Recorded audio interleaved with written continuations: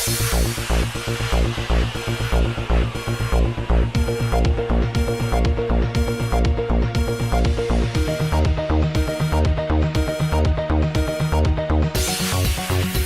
हैदराबाद की बालापुर पुलिस के लोगों ने आज एक प्रेस मीट में बताया कि इलाके में बांग्लादेश के एक महाजिर कपड़े के कारोबारी आजमुद्दीन ने यहां आकर एक नौजवान रियाजुद्दीन को अपने कारोबार से जुड़ाया और उनके बेहतरीन काम के एवज उन्हें अपना बेटा भी बना लिया। यही नहीं, बाप बेटे के रिश्ते को कानूनी मौक़िफ़ देने के लिए एक नकली आधार कार्ड तैयार करवाया और धर लिए गए। मजीद तहकीकात जारी है।